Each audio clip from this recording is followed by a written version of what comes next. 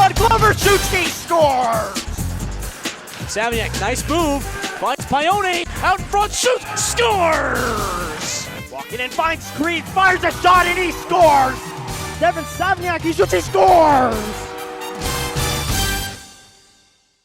Hello and welcome back to Gradscast. It's episode 8 with myself, Connor Finnis, and Haydn Gould. No Tyler this week, but Haydn, thank you so much for joining me. How does it feel to be on the podcast? Oh, it's great. I'm excited. Let's get started. One of my favorite questions to just open up the pod is how did you react when you knew you were coming on the pod since Kiki nominated you? I thought the boys were joking at first, but then kind of found out, and then I had to get ready. Well, obviously, you're one of the great goaltenders we have on this team. I think we're very lucky to have 3 outstanding goalies. Very interesting position. You know, a lot of stereotypes around the goaltender. Maybe that some of you guys are a little weird. You have to be very mentally strong to be a goaltender. Just kind of walk through, like, why goalie? How did you become a goalie? So growing up, we played those little cross ice mini mites and started to go full ice, and I just wasn't good at player. They put me in pads one time, and I just kind of stood out and just making saves left and right. So I kind of just started gradually playing goalie and got full time, and then I just kind of stuck with it. Now, did any of your parents play hockey, your dad or your mom or anything like that? No, my dad played baseball and football, and my mom kind of just played instruments, music. Yeah. But nobody really played hockey. My dad plays beer league, but hey, I like to say we all end up in beer league at one point in our lives. Yeah. So they were supportive in growing up and you choosing to be a goalie? Yeah, my parents they were supportive. They weren't really familiar with it, but they kind of stuck with it, and yeah. Yeah, and I mean, it like I mentioned, you have to be very mentally sound and tough. Is mental toughness something that you really need to be a good goalie? Oh yeah, for sure. And everybody's different, but at least for me, if I let things get to my head, or I start thinking about all my skates too loose, or there's 10 people in the crowd, I'll start to lose focus, and once I lose focus and mental strength, then everything just starts to fall apart, and I'm not really on my game. And is that something that kind of brings goalies together? Because you often hear about a goalkeepers union, if you will, where a lot of goalies, even if they're on different teams, are close together because they understand one another well. Is that something you can relate with? Yeah, so I'd say it brings us together because we all kind of know the pressure we got on ourselves, and at the end of the day, we're all human. And we played Nepean a couple weeks ago, and the other goalie had 50-plus shots, played out of his mind, and we beat him in overtime. But I went up and I just said, great game, great goalie, you're gonna have a great future if you just keep it up, just keep working hard. And we kind of know that the mental strength it takes to be a goalie, and just all the pressure we have on us. Yeah. I mean, that's exactly what I mean. That was a great answer. Next question here, sort of something that you can probably relate to growing up. What are some, if you will, underrated or really important things you have to focus on to develop into a good goaltender like yourself? I'd say skating for sure.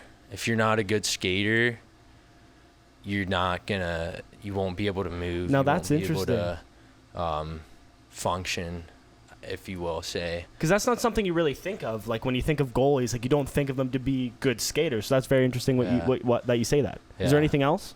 And I'd say just athleticism. So most you'll hear on TV, play sports when you grow up, play different sports, don't just play hockey. And that'll help with your athleticism, help with your strength. And I think skating and athleticism are 2 really big things. Would you say flexibility as well? Flexibility, but that comes sort of with everybody's built different, so some guys aren't as flexible as others. Luckily for me, I'm pretty flexible, but yeah. Well, the next question, you were kind of, I would say, an early addition to this Navan team this season. What was it like coming over and joining this group of guys just in general? It was crazy. I played against Navan last year, and probably my least favorite team. I just did not like Navan, but I kind of just switched and from Rockland to Navan, and I knew, I'm on Navan now, so I got a different team, different year. Yeah. I'm here now. Just put the past behind me and work hard, keep working hard. Good things will come. And they have, to your credit. I mean, I believe, if I'm not mistaken, you are undefeated yet in starts for this team. I'll knock on wood for you. That is very, very impressive. Is that helped by your, I mean, we've interviewed almost all of them, but the D-core here in Navan? Oh, yeah, for sure. They're really solid D-core. They really shut it down. I'm not seeing too many high tense situations, and they do a pretty good job, like clearing guys out the net and getting pucks out and all that. So yeah, it's really helped. And then bouncing off that question, what is the goaltending relationship like between the three of you guys? Are you all helping each other to improve and get better?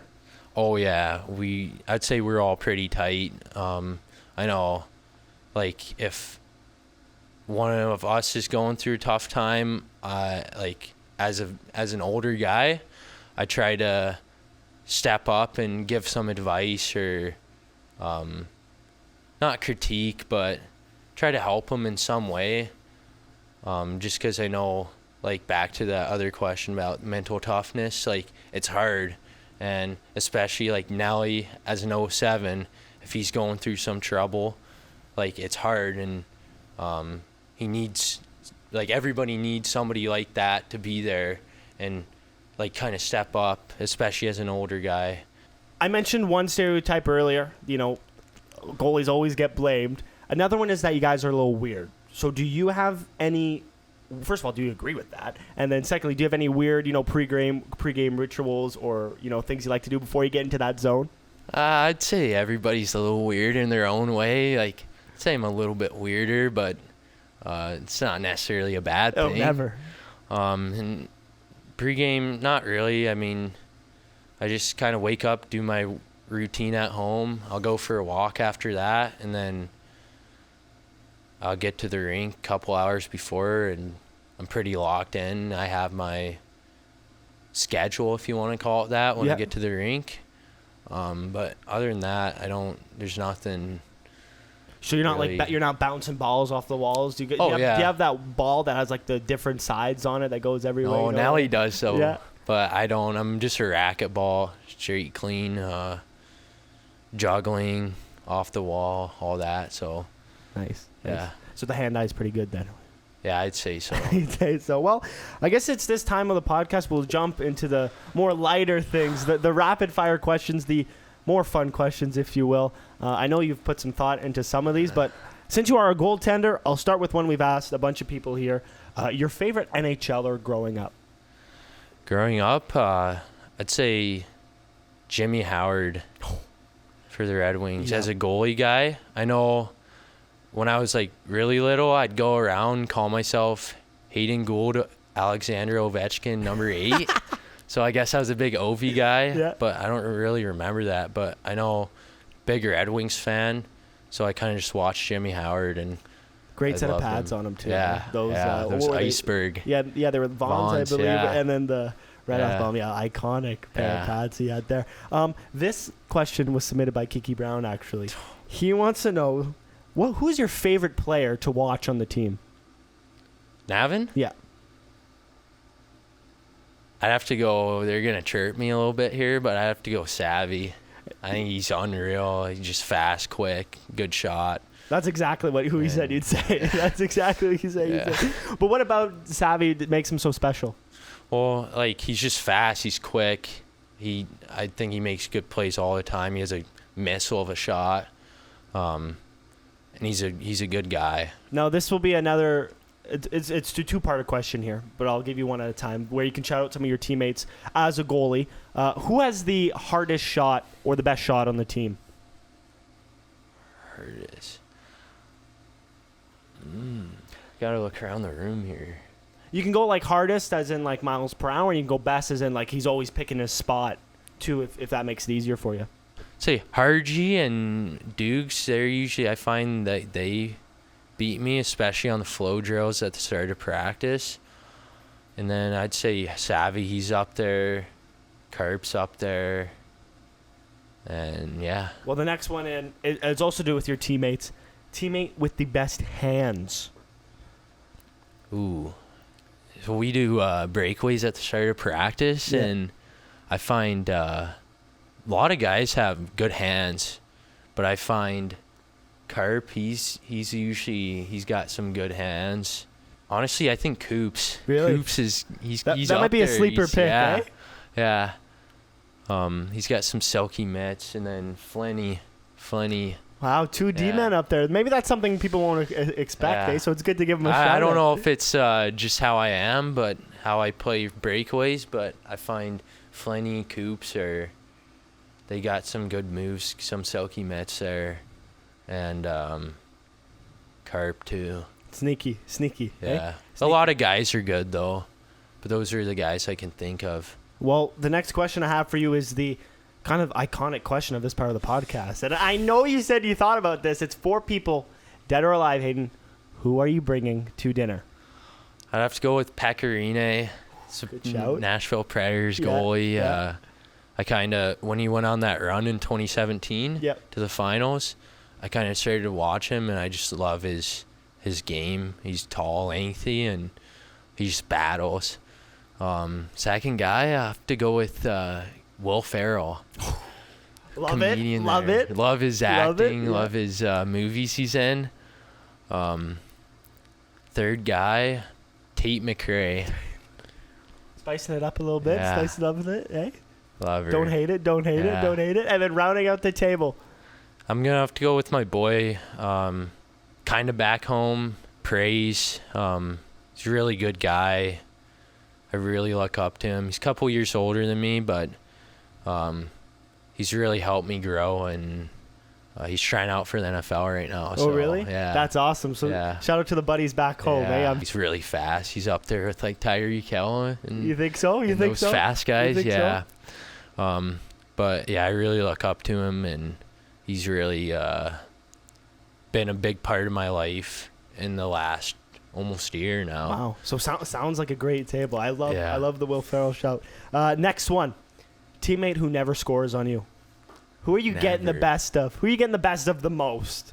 They're guys that I can just read. Yeah. I don't know, like, you can't really explain it. Just the more you play, the more you just learn. Yeah, I'd say Kiki. He's up there. Kiki as well? I've got him. Yeah, I've got him locked down. I wonder if he'll agree with that. He's hey, you might be getting chirped after this about that one. I'm sure. Yeah. I'll move on to the next question though, because this might be a little special one to you. It's you're on a road trip, okay? What is the go-to song? I know you're a big music guy. Go-to song on a road trip. Ooh. I'd have to go with "Life Is a Highway." Oh, great. I know it's a little not original, but that's the one that comes to mind. Little Cars movie action, eh? Rascal Flatts. Yeah, that version. Yeah. I just throw that on. I got a 10-hour trip home, and I feel like I'm in a movie. It's a great tune. I have to say, it is a great tune. This next one coming up, we got 2 more. This last one. Who's the teammate that spends the most time in the mirror? Getting ready, fixing his hair. I got to go probably Briggs. Eh? I don't know. I just feel like I've heard guys talk about how he changes like 4 times before he goes out. And yeah, I'd have to go probably Briggs. I know I'm in there a lot just with my hair, but gotta get the wings out, eh? Gotta get the wings out. Yeah. That's the big thing. Finally here, another returning question on the pod. Your favorite hockey memory? I'd have to say the Quebec tournament, the Pee Wee Quebec tournament. Iconic tournament. Went there 2016, and our first game was sold out in front of like 14,000, whatever they seat there. That's awesome. The Rimparts. It was actually the first year that Rimparts Arena was open, their new one, and yeah, it was a game after us, but that was sold out. But they showed up for our game, and there's like 13,000 fans booing us in our one little section of parents up there. and we ended up winning. I didn't play, but